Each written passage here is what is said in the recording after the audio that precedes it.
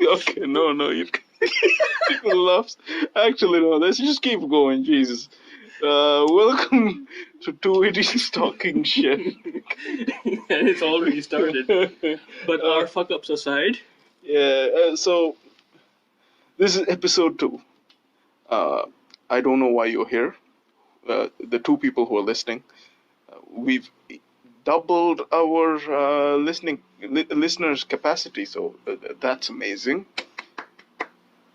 Uh, as always, I'm Idiot 2, and I'm Idiot 1.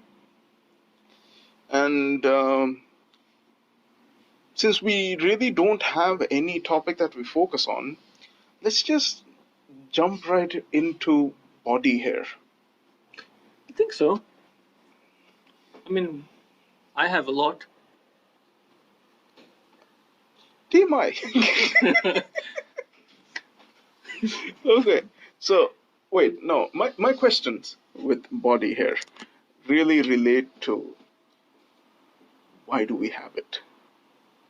And I've actually done some extensive research on this.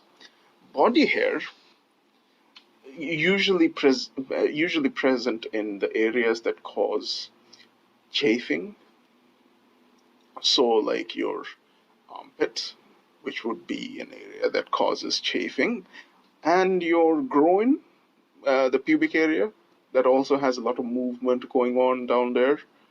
More so if you're male than a female, but I don't know what you're doing with your vagina. So are you saying that they provide padding?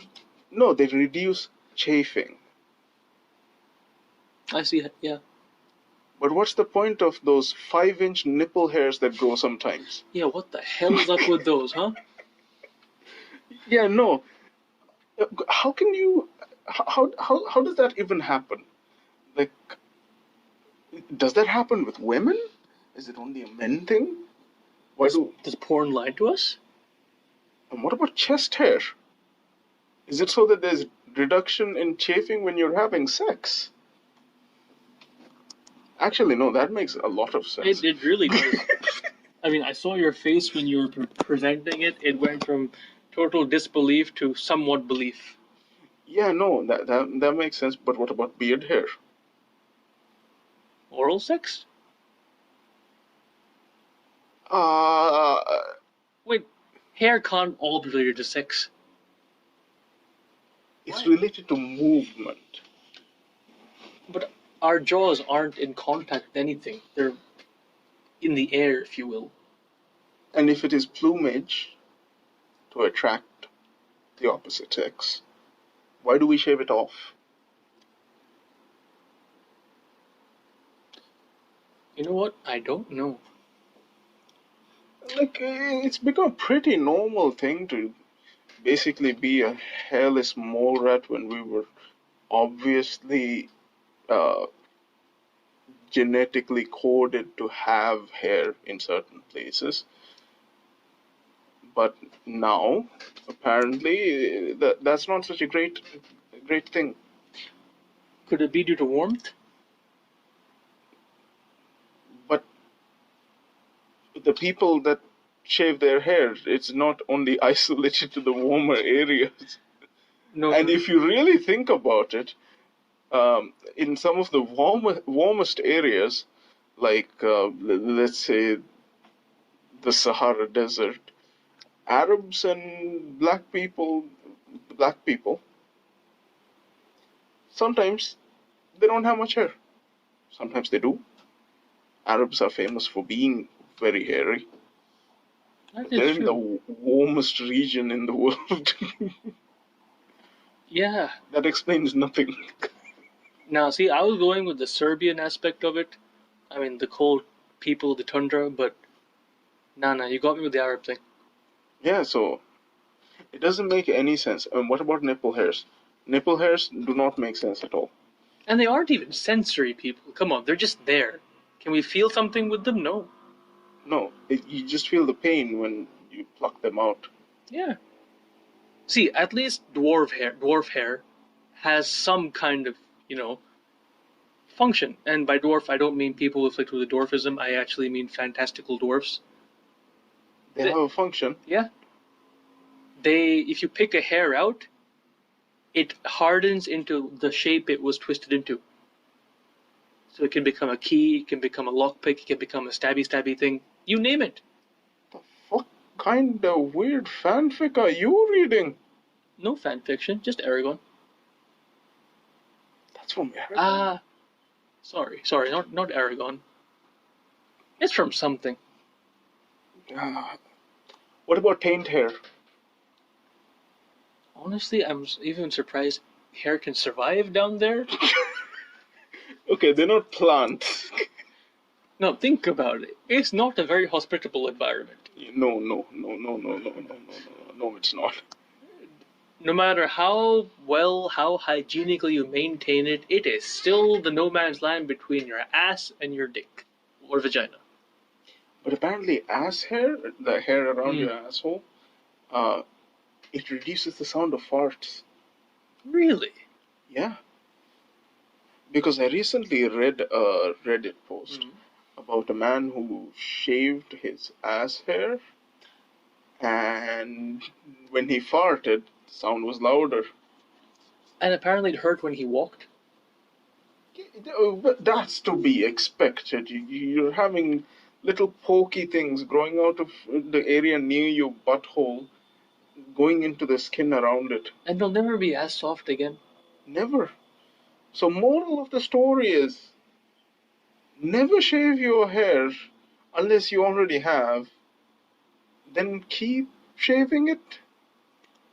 Do what you want, but just don't shave your ass hair. Ass hair helps. Yeah. Ass hair keeps you cool, nice and cushiony, silent. What's not to love? Talking about asses. Mm. And how do we deal with asses? You mean the body part, right? Not the animal? Anus, specifically. Alright.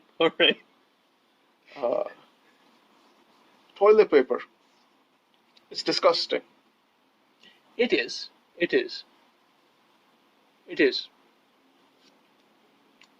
More convenient. At the same time, disgusting. If you just think about the ass hairs, okay? Take a glob of mayonnaise. Okay. Put it on your head. And just wipe it. Wipe it with some tissues. And be on your way. Does all the mayonnaise come out? No. What does that say about your shit and your ass hair? I wouldn't want to go up there with a microscope. Do you use tissues? Tissues and bidets. When we're talking bidets, are we talking about the... Not the fancy ones. Okay. I'm a man. The handheld one. I'm just a man with a hose. But I am not opposed to just using tissue paper if the need arises. If as for example, if I'm somewhere else. Yeah, no, I couldn't do that. I'd rather hold in my shit. What if you can't? There is no situation where you can't. Of course there is. Just take some laxatives and you'll find out. That requires consent, and I would not give my consent. You might want to check what you drank this afternoon. Fuck you. Moving on. It was for science, okay? No. Moving on to the bidet debate. Yes. My first time using a bidet, I was very confused. In bowl bidet. Fancy. It was at an airport. And You've been to an airport now. I get around. Yes, you do. And it scared me. Okay. There was a little lever at the side. I tried pulling it and pushing it a few times, just to test it out, just to see if there's any pressure, just to see how much the pressure is. I didn't want water shooting up my ass and giving me an involuntary enema. And let me just explain the situation. All right? I'm in a toilet stall. and I have my hand luggage with me, Okay, as one does. and I have a big ass jacket because I don't know why. And I put my jacket over the hand luggage, and now I'm messing with the in-bowl bidet while I'm literally inside a tiny ass cubicle. There's not much room to maneuver around, and somehow I managed to spray my face with it. You sprayed your face with something which was meant to spray your ass. Yes, You got face sprayed by ass spray. I would not put it in those words, I did. but yes, How did this happen? How was this possible? I was scared and confused. Were you drunk? I do not drink. Were you high? I don't get high. So you were stone cold sober. Yeah. But I wanted to experiment. I wanted to see, okay? I'm a man that likes a clean anus. It should be everyone's right. It should be the right way to do things. This is true, but you're lucky you weren't in Japan. Japanese toilets have buttons. So many buttons. You don't know what to do. You just don't know what to do. And none of them are in English. To any future Japanese listeners, I love your country. Absolutely love it. If there is anything that can be done right, the Japanese do it right. Shout out to Naked Director. Oh god damn, that was a good show. That was an a good amazing show. Oh my god. I loved every bit of that show. Every bit. I went from feeling sorry for him, slightly disgusted, to proud of Spoilers. proud of Spoilers. myself. Myself. For sticking with our protagonist on his journey. Yeah, you can tell that was a very, very badly attempted save, but you won't get any more out of that. So yeah. Let's just say, if you have any taste, you'd love the show. If you don't have taste, I apologize for your lack of taste. I will say this, it is not for the faint of heart. No, not at all. Jeez. But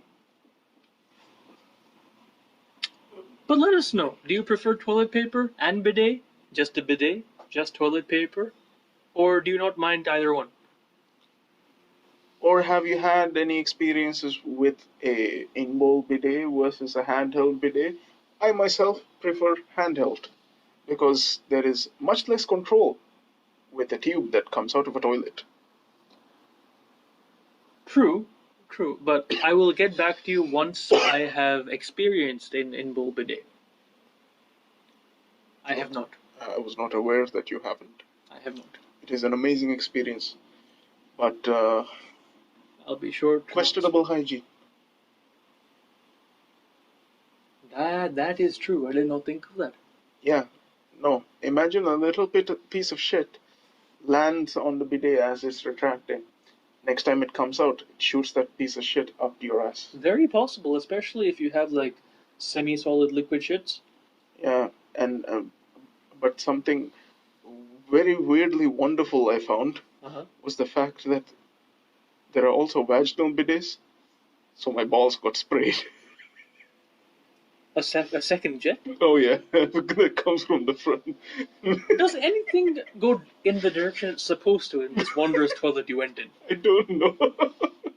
Like, in the past 5 minutes, all I've heard is things shooting up you and not shooting out of you. No. In the end, let me just say, in the end, it was a pleasant experience. It required some. It was like riding a bicycle. You had to figure out a few things before you could actually go forward without anybody's help. But it's possible.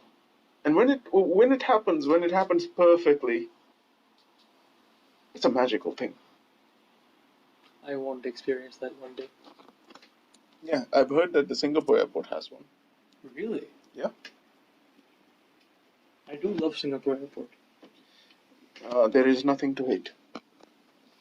Honestly, no. Nothing to hate. Uh, Speaking about things to hate and not hate, uh, what about relationships? You hate relationships? I don't hate them, but what would an ideal relationship consist of? I was thinking about this the other day, and you know what came to mind? Now, don't judge us on this, people. You know you've thought this, so shut the hell up. The perfect relationship would be between a lawyer and a psychiatrist. I think that would be an absolute mess. If you're looking at it in the traditional way. But if you're looking at it from the opposite direction, it would be the ultimate fight. The fight would be amusing, yes, with one side trying to psychoanalyze the other person and trying to get in their get under their skin, Yeah. while the other side systematically decimates every single argument and comes up with bullshit arguments on their own. Just imagine, the psychiatrist is trying to get under your skin, and the lawyer is just like, objection. I'll stop you right there. Psychiatrist like, stop what? I just said, what's your name? You sound like you have experience in this field.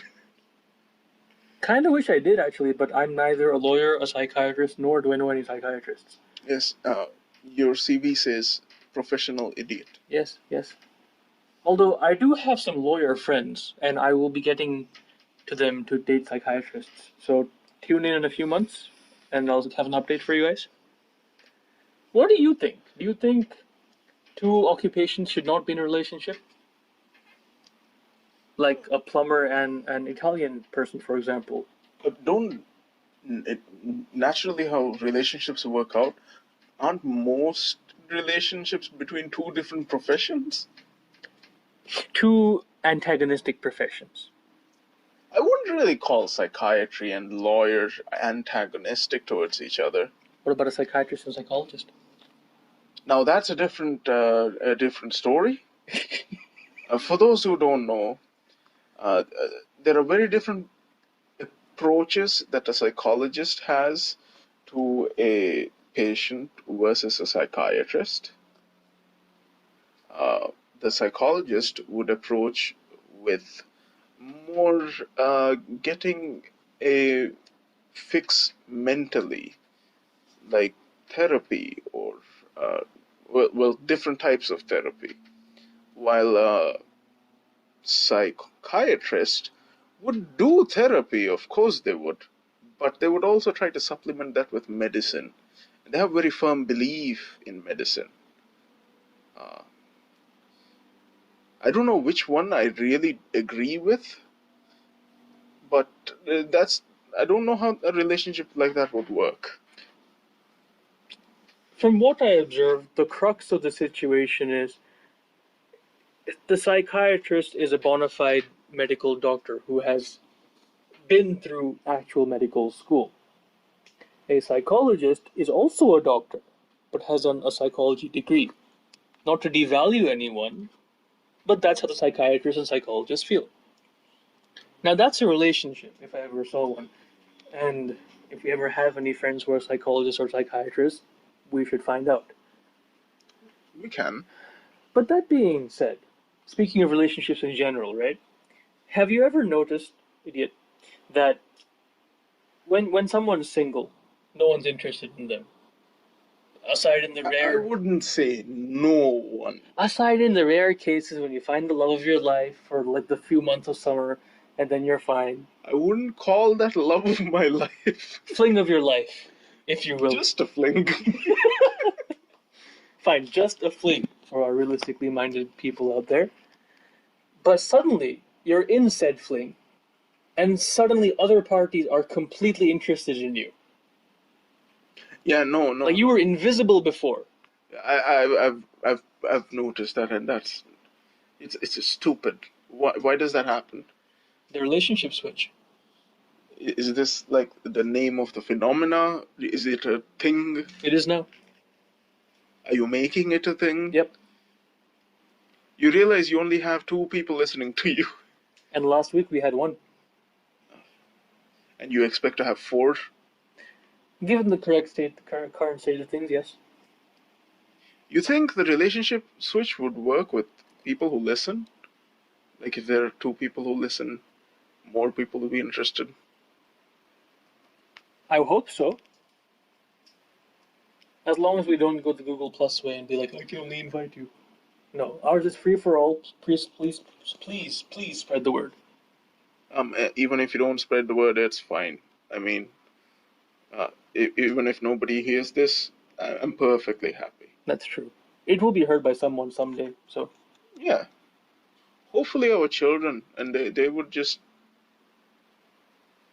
Yeah, no, I think that's how we get suicide. Probably. Yeah, no. The relationship switch is an interesting thing. Yes. Yeah, no. Tell me what an experience you had with the relationship switch. I actually haven't had an experience with relationships. Why the f do you bring it up? Because I see it happen to my friends all the time. And it's honestly quite amusing for me. Because I'll be the one saying, nope, look, dude, they're taken. You cannot go after that. No, but he's so handsome or she's so pretty. Yeah, no. So relationships don't exactly occur due to just the handsome or other factors. Oh, Have you heard of sapiosexuals? I think I am one. Define it then. A person who is attracted to intelligence. For example, see, look, relationships and flings are 2 different things, right? So, if I saw a girl and she was drop dead gorgeous, I am talking actress level gorgeous, but she turned out to not know that 1 plus 1 was equal to 2, or she thought that the earth was flat. Instant attraction killer. I don't care how hot you are. If you don't know basic facts, or if you aren't intelligent in some way or the other, because there are different types of intelligence, it's amazing. I will not be attracted to you. So isn't that something that has been increasing over time? Because from what I noticed, more and more people are looking for things like intelligence and more uh, metaphorical or intangible aspects of a person rather than just the physical aspects. True? Maybe labeling something as sapiosexual isn't exactly the right way to go about it, because in the end, it's accumulation of a vast amount of factors. That is true. Upbringing, curiosity. Yeah, no, curiosity may be really important for some people, really unneeded for some people. Yeah. Yeah, because I have personally known people that really do not like their partners to look into what they're doing, versus some people who really dislike it when their partners are uninterested in what they're doing on a day-to-day basis. Yeah, I've had friends who got jealous of their significant other for not being jealous. No, that's just weird. What was the exact scenario? They were dating, right? Uh-huh. And the guy, let's call him Fred. Okay. So Fred was dating, and Fred's this laid back, cool guy, very secure of himself, doesn't really mind shit.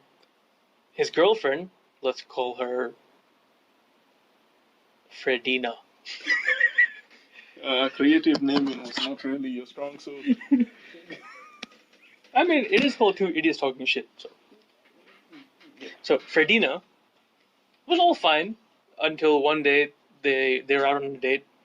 And keep in mind, I know this from Fred. They're out on a date, and Fredina looked at the guy and is like, okay. Now, any other person, according to her, would have been like, why the fuck are you looking at that guy? Like, am I not enough for you? But Fred, being Fred, didn't say anything. Honestly, in my opinion, I don't know if he even noticed. But that's beside the point. Fredina got jealous. Not jealous. Is jealous the right word? Angry. She got angry that Fred would not get jealous of her looking at a different man. I mean, it's understandable. Like, it's like she's evaluating her worth to the other person through jealousy. You get, you get what I'm trying to say? On a rational level. Yeah, but it is also very basically emotional, which means that in the end it boils down to emotion rather than purely logical sense.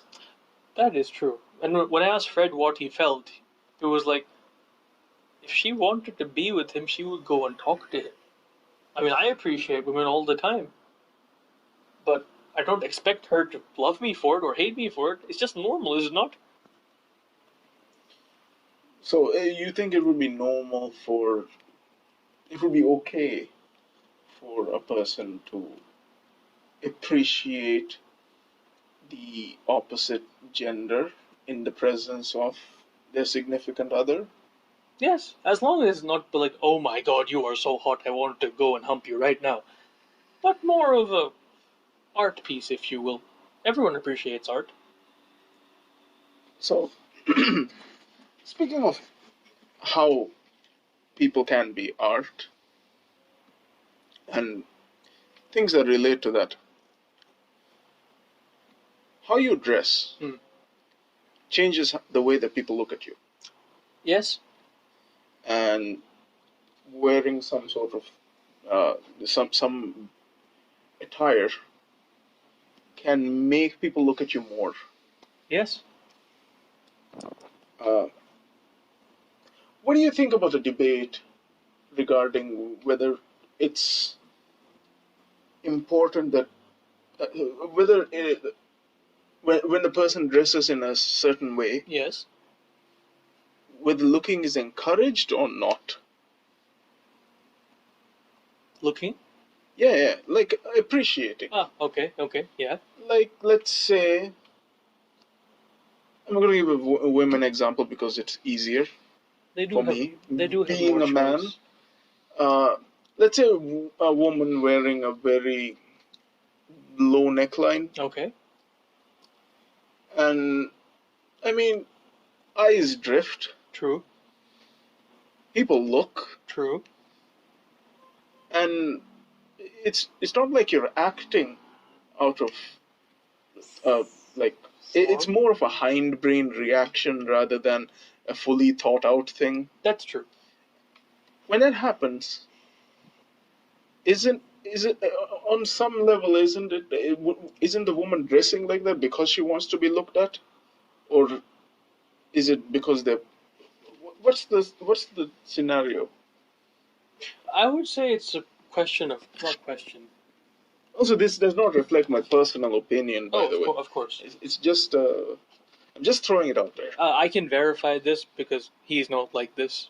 We're just two pseudo intellectuals. But that being When said, you say pseudo intellectuals, it makes us sound like insults. yeah, we're not. Listen, we're just two normal people on planet Earth going about our day and taking an hour out of our day to do this because we don't know why. But we have shit to say and we like it. So fuck you. Don't fuck them. We have two. We can't lose one.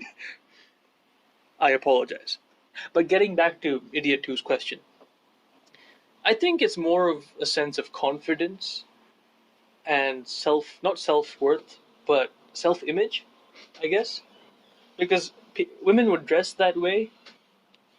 Let's change it from women. That's more controversial. Men. Let's change it to a man. A man wearing a beautiful tank top, Hmm. and being maybe a very muscular man wearing a beautiful tank top that highlights all of the lines that he has. Okay. Maybe a tight pair of jeans. Yeah. That augments his Features. ass. Hmm. Let's take that as an example. Okay. Does that man want to be looked at? Does that man want to be appreciated? I would say along the same lines. I think it's a question of confidence and self image. Yeah.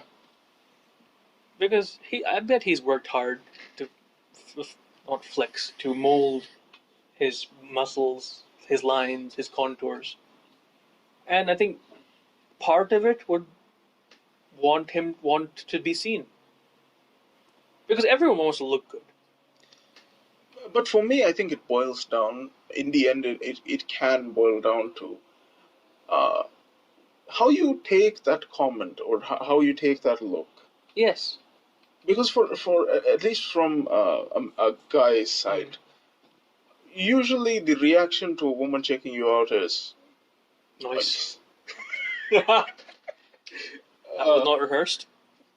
But when compared to a girl, a girl may take that as creepy behavior.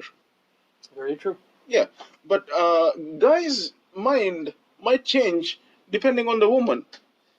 Also true. If it's a woman that he's not attracted to, he might be disgusted by it. Yeah. But why be disgusted by it? I think it's about a shallow part of ourselves as humans. I mean, I'm a man that does not have amazing physique. But when a woman does something like that, regardless of how old or ugly or whatever she is, I take it as a compliment. Even when it's a gay man, it's fine. No, I would too. Yeah, Because it's just a compliment. Look, fam, you're getting complimented. You look good. Yeah, you look amazing. Yeah, despite who says it, gay, straight, bi, trans, whatever. Rock that ass. Someone's appreciating you. I mean, yeah, rock that ass should be a slogan. But Because an ass is something both men and women have, and is appreciated by both genders. Rock that ass. Take note, rock that ass. We will try to get that trademarked as fast as possible. Yes. But that being said, though, look, as men, we have less risk inherently in life. What do you mean by that? I think you're wandering into dangerous territory, my friend. Yeah, you may have a point. Bottom line, rock that ass. Yeah, just rock that ass. And even if it is the homeless man around the corner that just looks at you and says, "Nice," rock that ass. Just rock that ass. Somebody finds you attractive. Yeah. And no matter how ugly you think you are, there's somebody who finds you attractive. Yeah, there's enough hate in the world. Rock that ass. Just rock that ass. Yeah. When, Speaking of rocking and assing and everything, see, an ass is a question of sculpting your glutes, sculpting your legs, all that stuff. Yeah. And it has a consistency. Okay, I feel like this is a very terrible segue to something. You can think what you want. But still, softness is the thing. Some people like soft beds, some people don't like soft beds. Some people like mediocrely soft beds, some people don't. Idiot too. I'm not saying people are wrong, I'm just saying that they're different. Yes, everybody is special in their own way. So you're unique, just like everyone else. I think we've established that. He's a man of taste. No, okay, texture, or I don't know what to call it, okay? Softness versus hardness. There is a word for this. 100% is a word for this. It's on the tip of my tongue. See, if we were professionals, we would probably pause this recording and then go and search out what that is. But we're not professionals. And this is what you get. So, consistency. Consistency can be anything from viscosity, so just leave it, okay? Hard, soft scale. The HSS. You mean the Mohs scale of hardness? What? The Mohs scale of hardness?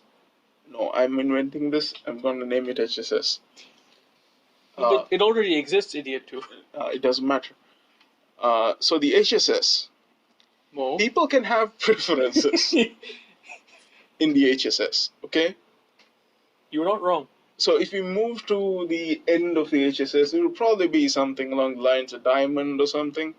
I mean, most people will not prefer to sleep on diamonds, regardless of how valuable they are. But Unless you do, and you can afford a bed of diamonds, do let us know. yeah, we need sponsorships. Rock that ass. So, uh, on the HSS, right? Some people prefer hard beds. Some people prefer softer beds. It's a matter of personal taste. But why do we have this personal taste? Scientifically speaking, they have said that a firmer support is better for your back in the long run. Okay, so technically, soft is bad for you. Does it depend on how your body is? Like, if you lean towards the heavier side of things, would a harder bed be okay? I mean, I don't really know. But science aside, this is just about feelings. Look, on as two said, there's a hard soft scale, right? I'm towards the softer end of the scale, and he's towards the harder end of the scale. Only with very specific things, though. I still like many soft things. Yeah, we're talking specifically about beds here, guys. Specifically about beds and pillows. Pillows, yeah, pillows. Pillows are important. They are. Yeah, I don't really know why pillows are important. I Yeah. think the most efficient way to have a pillow would be like a rolled up pillow that goes underneath your neck so that your head and neck are at the same level and gets the equal amount of support. Yeah, but the way with the way things are now, our body has to do more work to get blood up to our elevated head. Why do pillows exist? I don't know. That's a very interesting question. Can someone Google this, please? One of you two.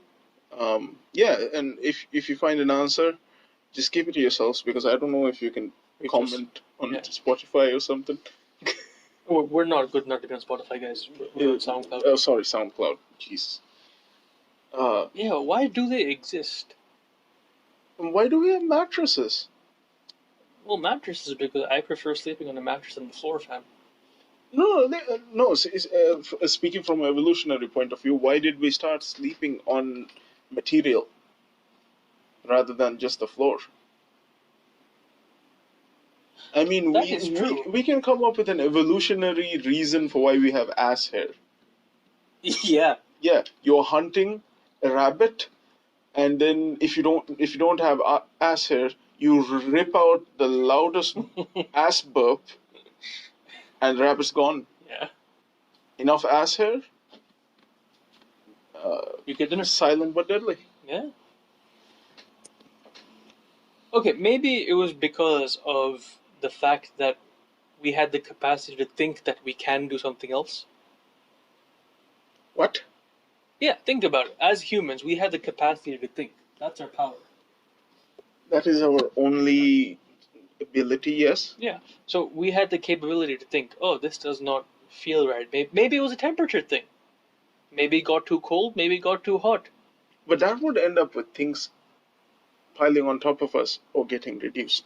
That would not end up with things ending up under us. No, think about it. What if you went to when you went to sleep, like when you went to sleep? Okay, you sleep. We slept in caves for all we know when we were Neanderthals, right? No, we know that we slept in caves. Yeah. Okay. So when you slept, it was a nice toasty 32 degrees outside, sun setting. You got some bird song. You sleep on the cave floor. It's a nice toasty temperature. Middle of the night, you put your hand out and it's freezing. No matter how much you put on top of yourself, under you it's freezing. Okay. So generations go by and someone's like, look, we have to do something. We can't keep living like this. So they start off with some leaves under them, then put some sticks under the leaves. Years go by, the idea for mattresses are born. I think we've had a revelation. Yes. Archaeologists should listen. Mm-hmm. They should take tips. Yes. Tips from tits. Tips from tit. Jesus. But yeah, no, I really like that theory. Would that be? It would be a theory. It's a theory. It's a theory. Yeah, no, I really like it. That's a really smart way of putting things. But since we had the ability to think, we also started uh, curbing our hindbrain, like looking at things we're not supposed to look at. True. Maybe we are supposed to look at it. We should just appreciate everything around us because it's art, and just maybe it gives people a confidence boost. Disclaimer: this does not mean you should go leering at people. Rock that ass. Yeah. No, and you have the things that you want to do on a daily basis. You have this feeling of, yeah, I want to do this. Like you have a cup of coffee or something, and somebody says something assholish to you, and you want to throw it at them, but we stop ourselves. That is true. Inhibitions. Yeah. Why did we develop inhibitions? Like, and sometimes why do we lack it?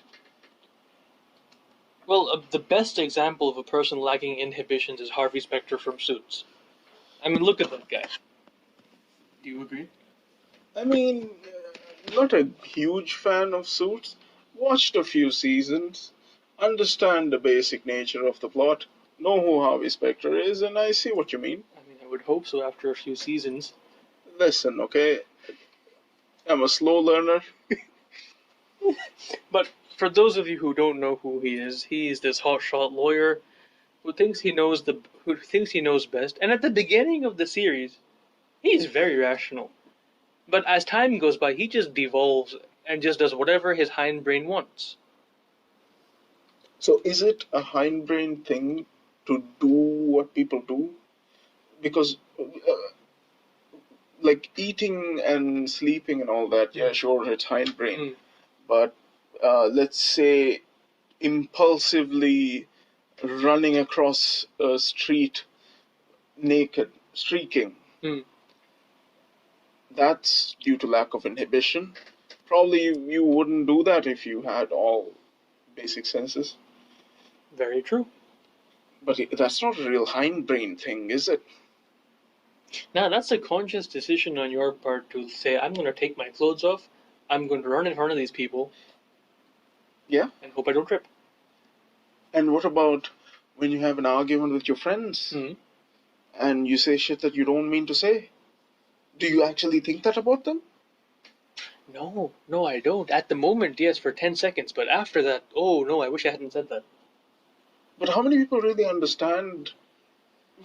We all do this. We all do this. We say things that we don't mean in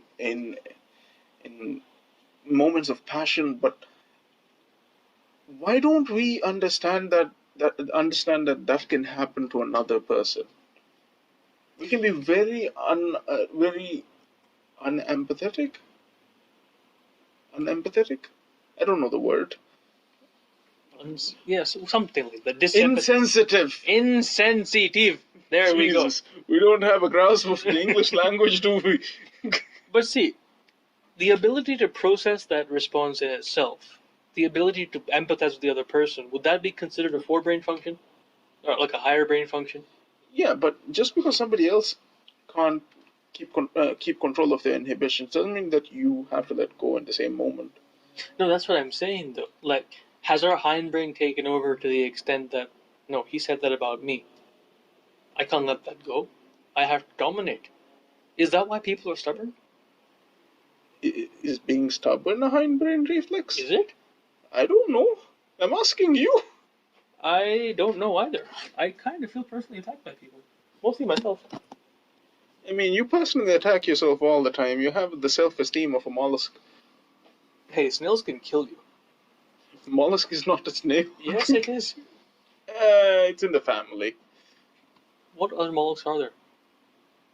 Okay. Clams, slugs.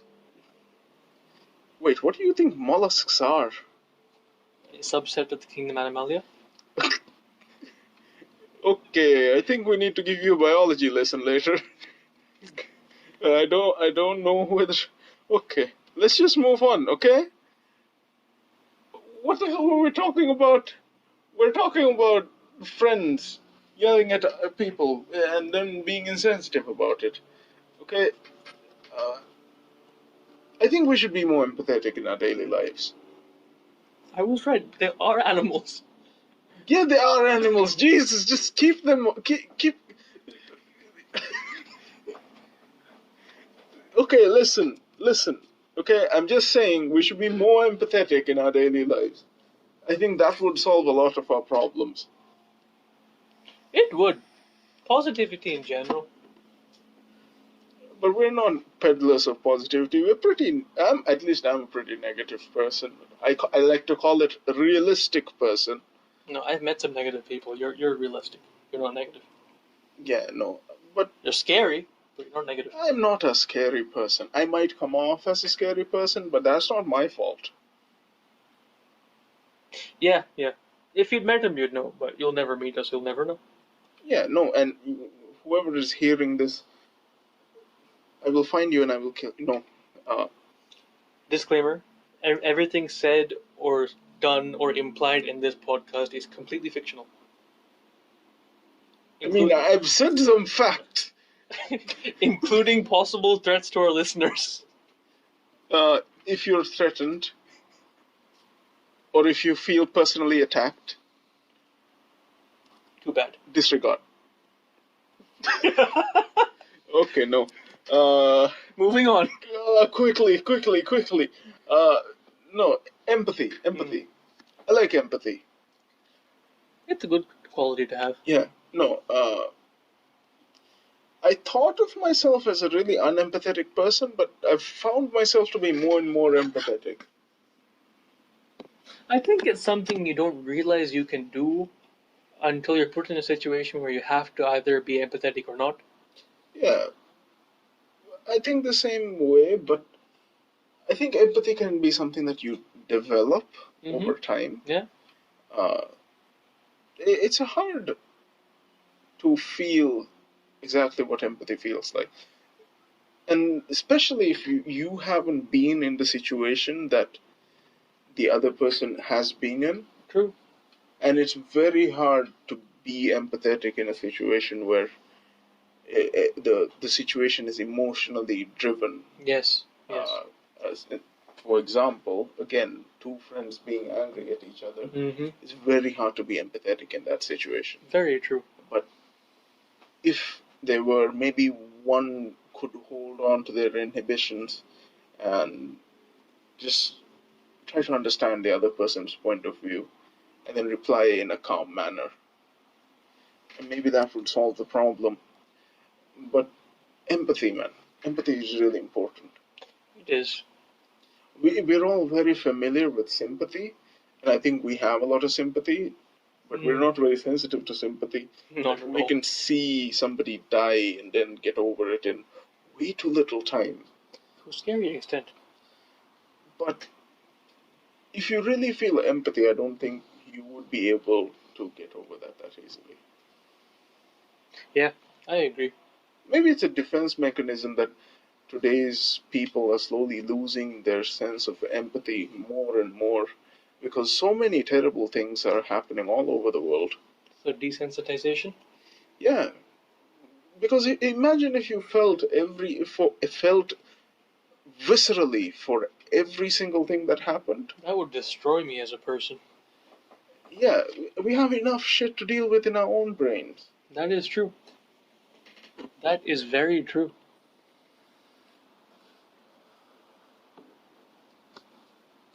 So let's just try and be happy for other people, which can be hard for some people, especially if you're in a dark place. Yeah. It's hard to be happy for somebody when your scope of your sense of your surroundings is just yourself. And I'm not saying that in a bad way. Sometimes your sense of self is just you because it's been narrowed down and you're being so negative about yourself that it's just you. And perhaps being empathetic would be the path to feeling better about yourself. Maybe. Yeah. Because empathy is all about what the other person is feeling. So if they're feeling happy and you're not, maybe it'll help. Yeah, maybe empathy will leech some of that happiness away from the other. Not away, but allow you to copy that from the other person, make you feel that. Emotional osmosis. Emotional osmosis. We're gonna work on that too. We're trademarking that. Yeah, rock that ass in emotional osmosis. We're on fire today, aren't we? Yeah. Tips from tits. Yeah. Oh my god. Speaking of fire, do you like hot weather? I like weather that is not humid. So anywhere but here. Anywhere that is not humid. True. So, if you were in a place that was humid and hot and muggy and warm and not conductive to human nature, would you wear shorts? No. Why? Shorts are meant to be worn on beaches Mm-hmm. and in water. Which is a place where water is the beach, yes. Yes. I disagree. Yes. Because you are mentally deficient. No. I am deficient in the sense that I'm not wearing pants right now. I'm wearing shorts. I'm wearing shorts. Now they're just imagining two naked dudes. I'm wearing shorts. My point is, if you happen to live in a place which has perpetual summer all year round, like let's say like Saudi Arabia. I mean, we all know that they're boiling over there. But no, in Saudi, the humidity is very low because it's a desert. Despite that, despite that, I would still wear shorts. No, no,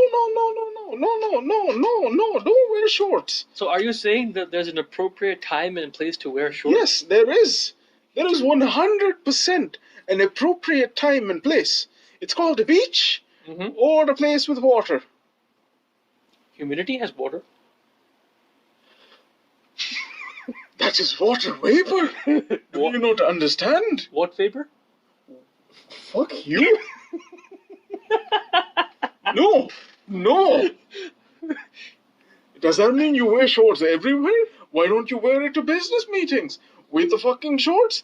Why? That's water vapor. No, he's twisting what I said.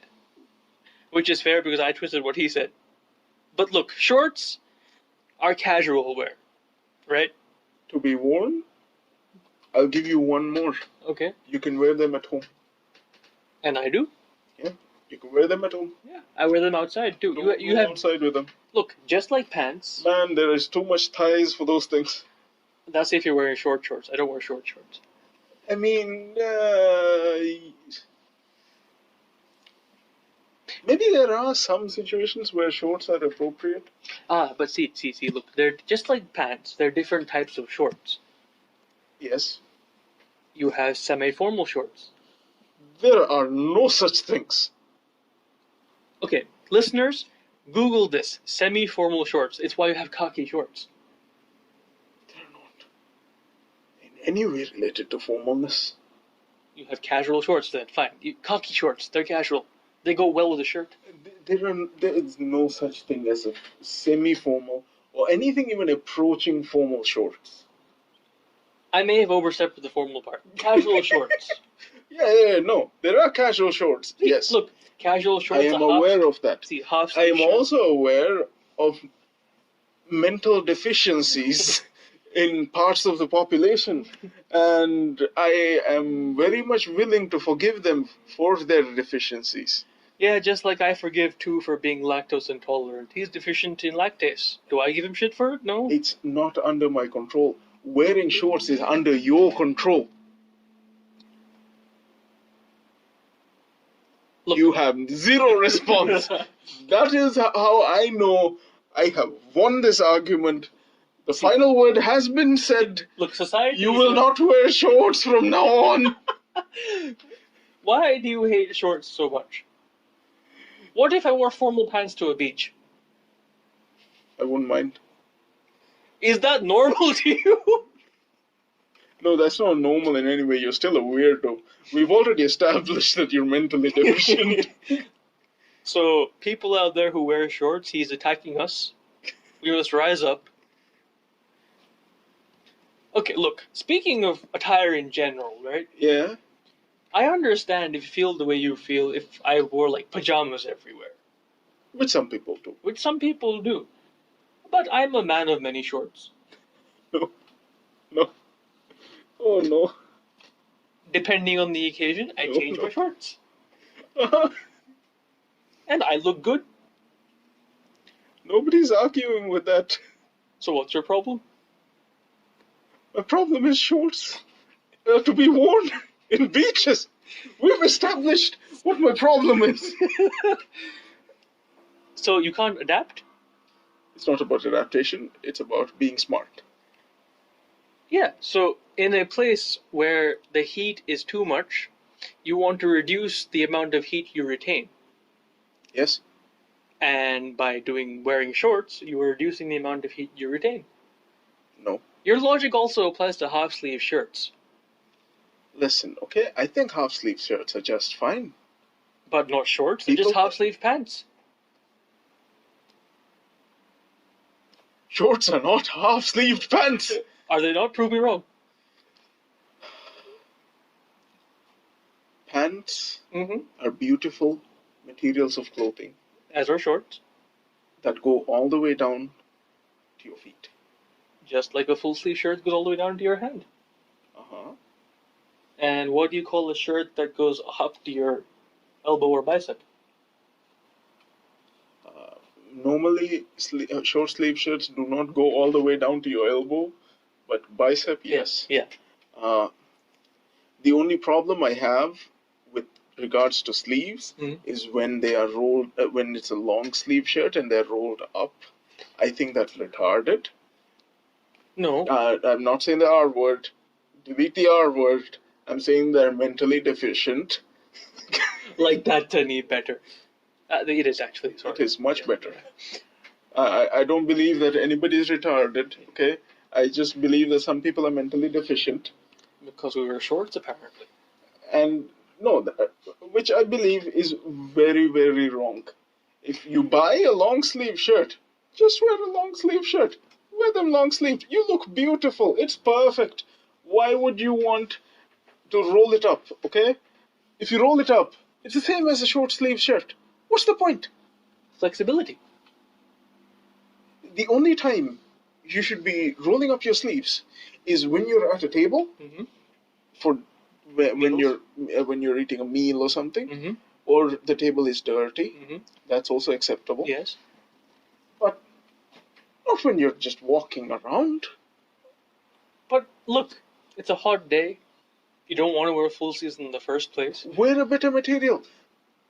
We have worked so hard from the invention of clothing to have many different materials for many different weathers. Okay? We have very thin, very amazing, not see-through, beautiful materials that you can wear in hot weather. In the same vein, we have beautiful inventions like shorts, which reduce... That were a mistake. We realized that they were mistakes. You know why? Because we eventually shrunk them into boxes and started wearing them inside of pants. Yes. So shorts are just short sleeve pants. No, they're just oversized boxes. They're short sleeve pants. No, they're oversized boxes, and we're never going to reach the end of this argument, and I'm getting very flustered. Okay? Look, let us know what you think. Are shorts relevant in places other than the beach? I say yes. I definitely say no. Because Except in very specific scenarios. But I will not reveal them. Because he twists my words. So, are you saying you would want to play tennis in pants? I'm saying that I would not want to play tennis at all. But if you were to... It's a game where the word love is used out of nowhere. Something for our next podcast. Hopefully. But, according to your logic, people who wear shorts should be banned from non-beach areas. I never said banned. I never said they should be physically restrained. I'm just saying they're mentally deficient and they should be taken care of by society. Because we're efficient? Because you're mentally deficient. Because we're efficient. See, you are misunderstanding the word deficient for efficient. And with that, I think we should end today's session. Uh, uh, so, the outro time, yes. Yes. Thanks for listening to Tits, and rock that ass. Tips from Tits. Have some empathy. Emotional osmosis. Emotional osmosis. This is Idiot 2. And this is Idiot 1. Until next time.